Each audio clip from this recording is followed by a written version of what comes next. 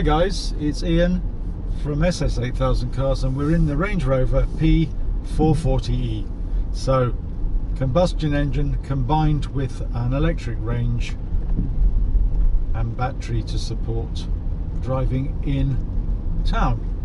Now, you probably can see from here on the big screen that we've got available to us that we've got 64% of the car is charged, giving us a range of 37 miles according to the computer. Now, I've no way of being able to tell you whether that is accurate or not accurate at the moment. It's certainly not miles out, but I sort of felt last night when driving it that I was using more miles on the computer than I'd actually driven. So we're just taking the car for a drive because I felt I wanted to give as much opportunity as I possibly could to you guys watching, so that you could take a view on just how sophisticated the car actually is. Now, I'm in sport at the moment, which might sound like a strange setting for a Range Rover, but truthfully, it's to keep the engine on, to warm. I like to warm up the engine before I turn it into pure electric mode. And even when you turn it into pure electric mode, it chooses when it's going to use electric mode and when it's going to bring the engine on. So just for the minute, all I'm doing is making sure that the engine is on permanently.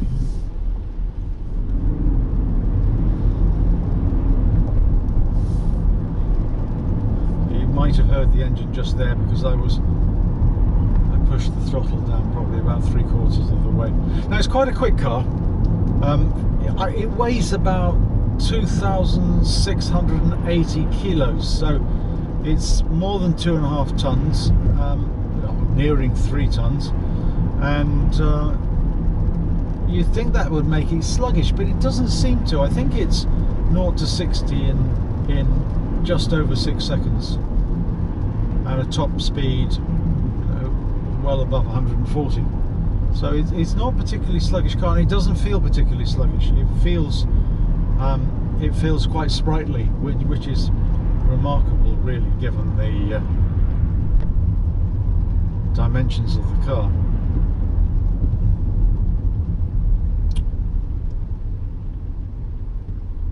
Right, so just by pulling down on the gear select lever, it takes us out of combustion engine, and now it's driving pure electric. But during this trip it will cut in and out, and it's quite useful just to see how effective it actually is. But also you can watch the percentage of electric power available dropping, because it certainly won't do anything else. It doesn't seem so far to be particularly adept at charging the battery whilst you're on the move.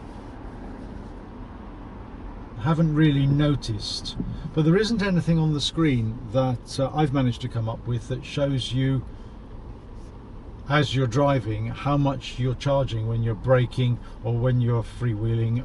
You know, it just doesn't. You almost need something like that. Now, it may well be here. It's just I can't see it at the moment. Now, I don't particularly in cars like stop-start, because when the engine cuts it, apart from the fact that you always think that it's not going to be good in the starter motor, but when the engine cuts in, now it's cut in now, because I sort of forced it to, in a way, because I put my foot down a little bit there, and it'll take so much, and then it brings the engine into gear. But it's very, even then, when it was having to cut in quickly, it was pretty quiet and sophisticated in the way that it did.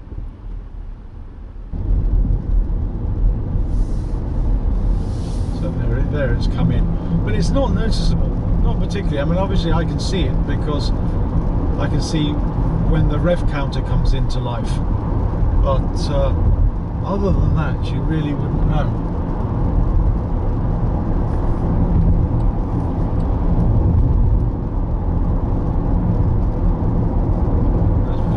Very relaxed to drive. I do quite a few trips to Manchester, and I think this is more sophisticated than the Panamera.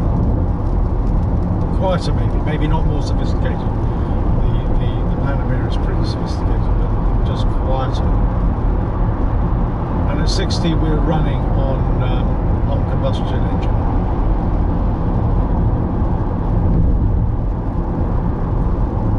Cost of the car is about 115,000 before options.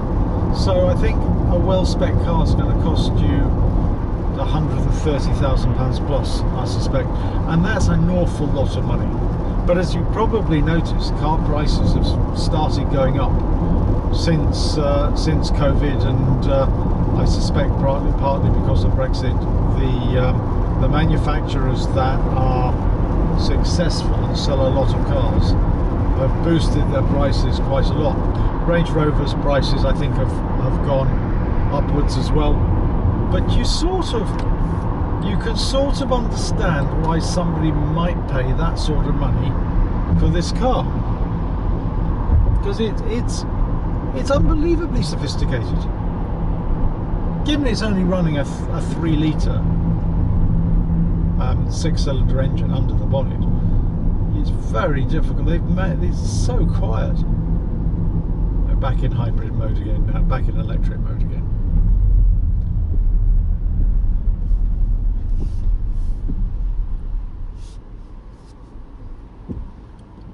Sometimes if you go into large potholes, the car does, without a doubt, it reverberates, but I think, you know, air suspension cars tend to do that. The Panamera is no different, and the body control on this is just superb. Yeah, top rate, the body control on this car. So impressed with it.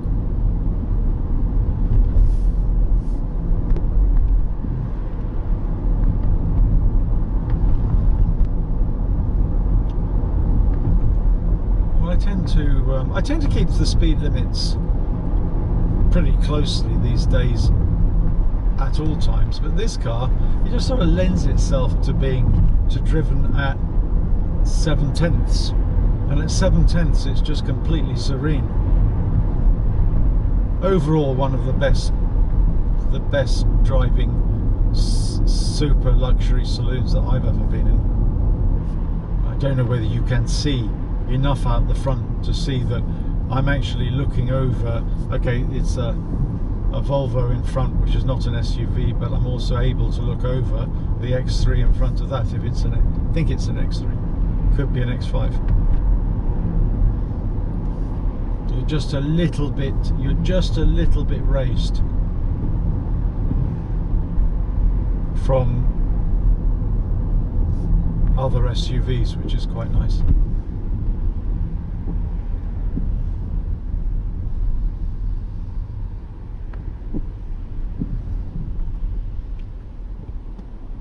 And I have completely forgotten now how big the car actually is.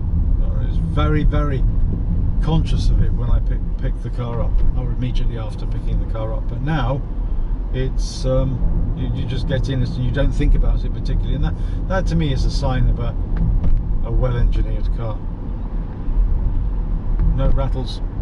I suppose you wouldn't expect rattles in a car like this, but nevertheless there are no rattles.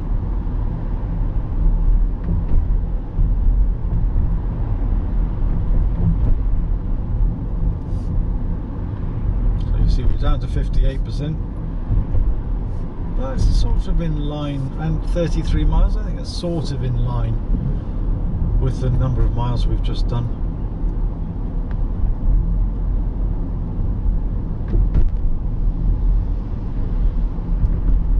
And we're in electric mode at the moment, which is one of the reasons it's so quiet.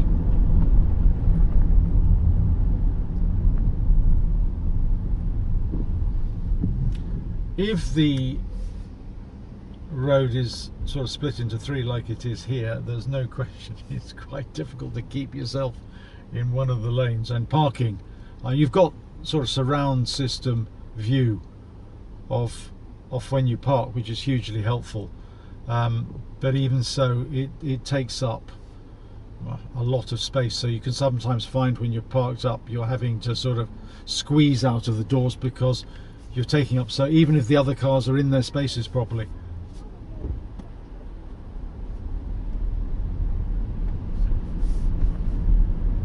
Yeah, this car, for me, this car will definitely be on my list when I come to change the Panamera.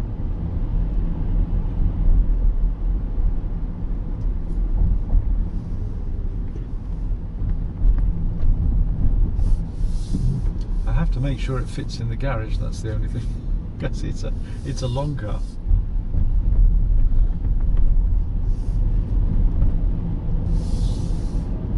Okay, that's the I was going to say that's the engine in, but it's not in at all actually. We're still in electric mode. I like the way the rear wiper actually hinges from the roof, because not only, as I said earlier, does it tuck it out of the way, but it also clears, I think, more effectively the screen, because the bit of the screen you actually see is cleared completely, whereas if it's the other way around like we have on the X3, you have an arc, and the top two sides of the screen are untouched, whereas here the top two sides are completely cleared, and it's the bottom sides, which you can't really see anyway, that are still a little bit obscured. The main reason I bought a hybrid in the first place was so that I don't pollute the cities that I drive in, especially London. And I just think that this car could probably get me from home all the way up to London and back without having to use the engine at all. And that's pretty, the Panamera won't do that. That's pretty impressive. As long as you have it fully charged, of course.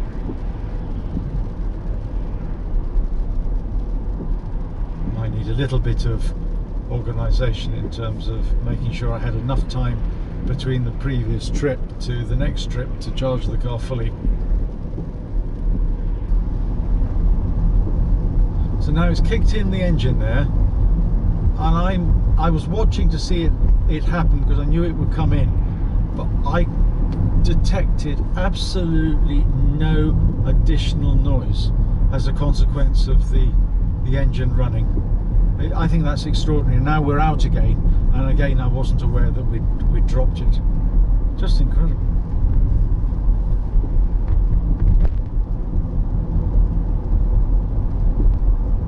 So they've majored on sophistication of Land Rover with this car. Now I hear the Defender, the new Defender, quite unlike the old Defender, is particularly usable on a day-to-day basis as well. So I'd be interested to try the hybrid version of that out.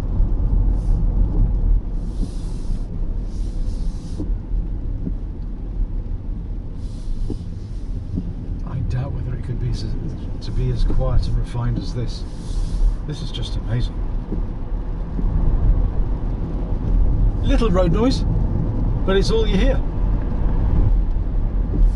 They're not low profile tyres, and I think that's a good thing on something like this. So if you ended up in a confined space having to climb the pavement or the curb, you're less likely to do any damage at all.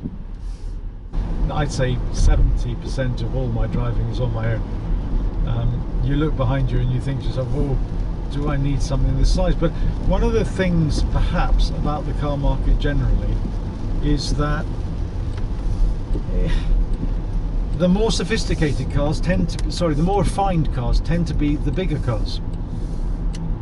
Now that's going to change slightly with electric power, because a lot of small cars, like the little Honda for example, are truly sophisticated for little cars, but in the past the smaller models have never been as sophisticated as the larger models, and that's just a fact. But I think in a car like this, 440 PS is more than adequate. Doesn't endow it with huge speed, but I guess if you want that, you get the V8, because there are only really three engines available. There's a diesel engine, there's the petrol engine, and there's the V8. Sorry, the petrol engine V6 and the petrol engine V8. Alright guys, well listen, I hope that gave you some idea of what the new Range E is like and the benefits of maybe going for the hybrid model. So it's Ian at SS8000 Cars signing off. Hope that was useful to those of you that want to buy one.